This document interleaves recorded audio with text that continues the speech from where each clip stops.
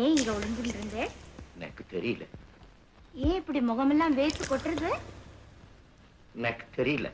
அச்சச்சோ, ஏன் இப்படி கையெல்லாம் படபடன்னு நடுங்கிறது? எனக்கு தெரியல. உட்காருங்க.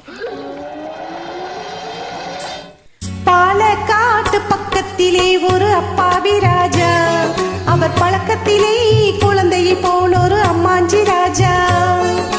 பாலக்காட்டு பக்கத்திலே ஒரு அப்பாவி ராஜா, அவர் பழக்கத்திலே குழந்தையை போல் ஒரு அம்மாஞ்சி ராஜா. யாரம்மா அது யாரம்மா, யாரம்மா அது யாரம்மா? பாலக்காட்டு ராஜாவுக்கு ஒரு அப்பாவி ராணி, அவ தேத கட்ட பார்த்தா போதும் அம்மாமி வாணி. யாரம்மா அது யாரம்மா, யாரம்மா அது யாரம்மா?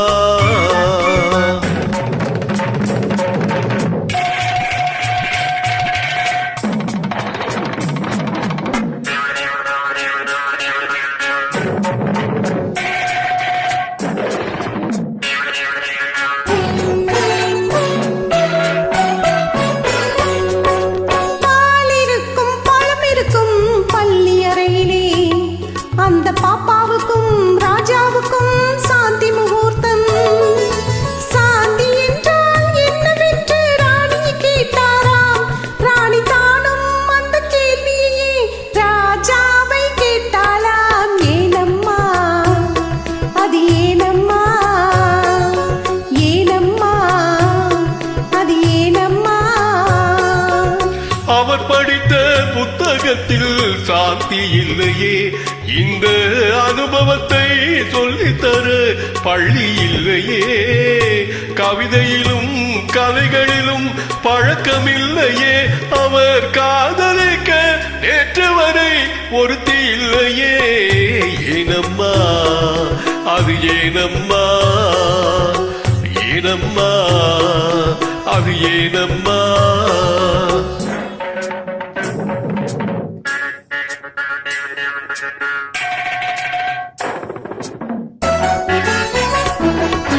பூக்களிலே வண்டுறங்கும் பொய்கை கண்டாராம். தேவி பூஜையிலே ஈஸ்வரனின் பள்ளி கண்டாராம். மரக்கிளையில் அணிலிருந்து ஆடிட கண்டாராம்.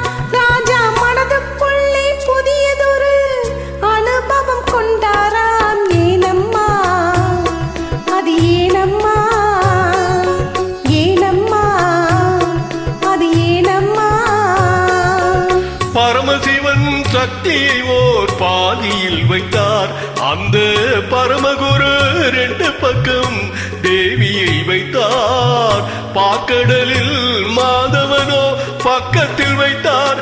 ராஜா பத்மநாபன் ராணியை தன் நெஞ்சினில் வைத்தார். யாரம்மா அது நானம்மா, யாரம்மா அது நானம்மா? பாலக்காட்டு பக்கத்திலே ஒரு அப்பாவி ராஜா, அவர் பழக்கத்திலே குழந்தையை போல் ஒரு அம்மாஞ்சி ராஜா.